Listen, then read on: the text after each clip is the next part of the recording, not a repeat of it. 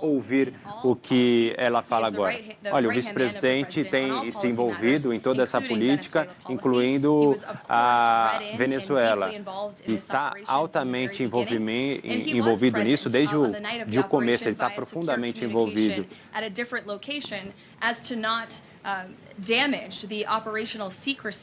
E também ele estava no dia da operação em outro lugar, justamente para não prejudicar todo esse sigilo que se envolve uma operação do tipo, até também para não prejudicar a saúde, a segurança das nossas tropas.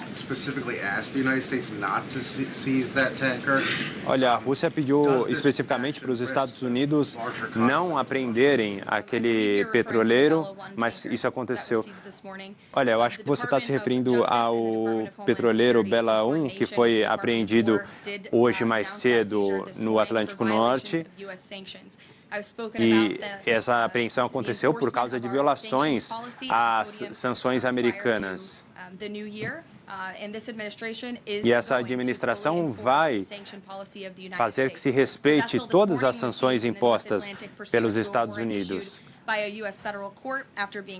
E esse petroleiro foi apreendido depois de algumas semanas de perseguição e que respeitava um mandado federal, mandado judicial federal. E agora a tripulação pode ser punida por qualquer tipo de violação e trazida para os Estados Unidos para esse processo acontecer.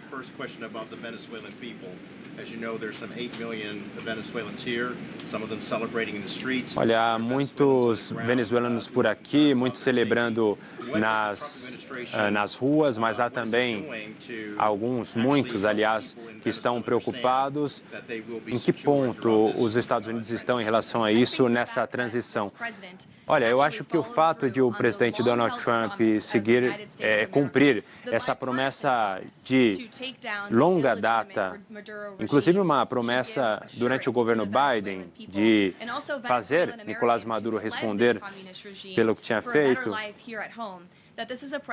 isso mostra que o presidente Trump é sério por ter cumprido essa promessa no objetivo de derrubar esse tipo de regime e também garantir a segurança dos americanos, o bem-estar, sobretudo dos venezuelanos que aqui estão.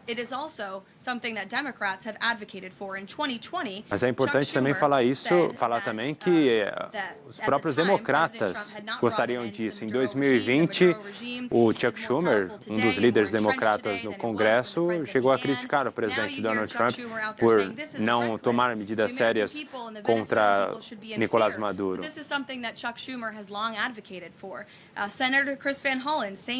Também o senador Chris Van Hollen disse a mesma coisa, que os Estados Unidos deveriam ter usado a vantagem, a força para conquistar negociações. O presidente Joe Biden também disse algo do tipo, que os Estados Unidos tinham que trabalhar para aumentar a pressão. Agora, eles chamam isso de um ato ilegal de guerra. É uma hipocrisia que realmente chama a atenção. Reports that the administration is demanding that Venezuela cut ties with China, Russia, Iran, and Cuba. Can you confirm? I'm sorry? Reports that the administration has Há relatos de que a administração pediu para a Venezuela cortar laços com a Rússia, com a China. Olha, essas demandas foram repassadas em um briefing fechado. Sei que há muitos vazamentos. Isso foi feito aos membros do Congresso, mas o que eu acho é que a administração Trump deixou muito claro para a Venezuela que no hemisfério ocidental a dominância americana é que vai acontecer durante essa presidência. What would such an offer look like? Is there anything monetarily you could provide any details? Você pode... Olha, isso é algo que está sendo negociado pelo presidente, pela equipe, em relação à Groenlândia, de como seria essa aquisição.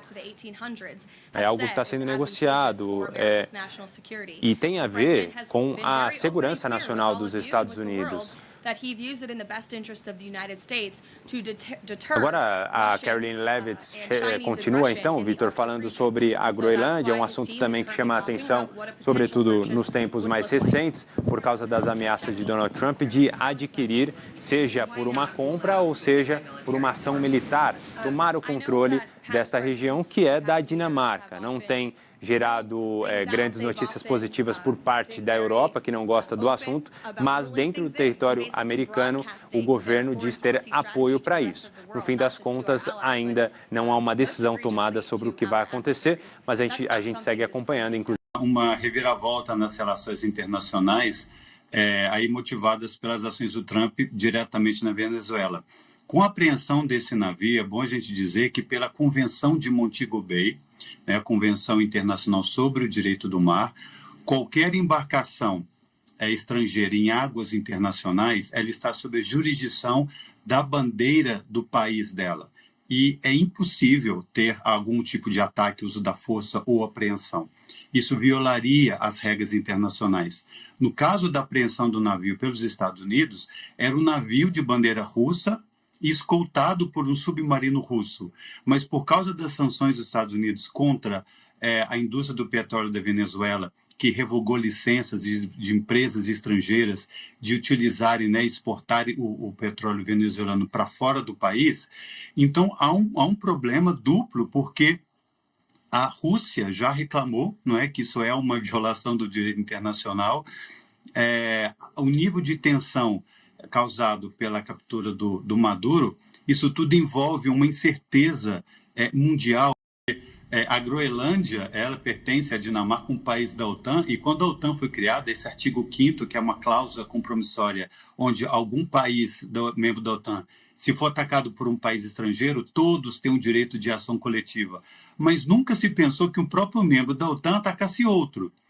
Então, isso aí é mais um ineditismo, né, da administração do Trump, causando aí um temor na Europa, né, de uma ocupação de um território pertencente a um país europeu e da OTAN por o próprio aliado. Então, isso desafia todas as regras internacionais, toda a inteligência, né, todo o cuidado que vem sendo construído aí desde a criação da ONU, porque isso é algo impensável. Em relação da Rússia com a Ucrânia, já era meio que temeroso, né, de evocar essa cláusula 5ª, caso a Rússia avançasse no território europeu. Mas, e o governo Trump, desde a sua eleição, ele disse, problemas do mundo com o mundo, eu vou me preocupar com a América. Só que agora, em janeiro, né, com essa situação da Venezuela e a efetividade de uma ocupação da Groenlândia, essa política do Trump vem mudando para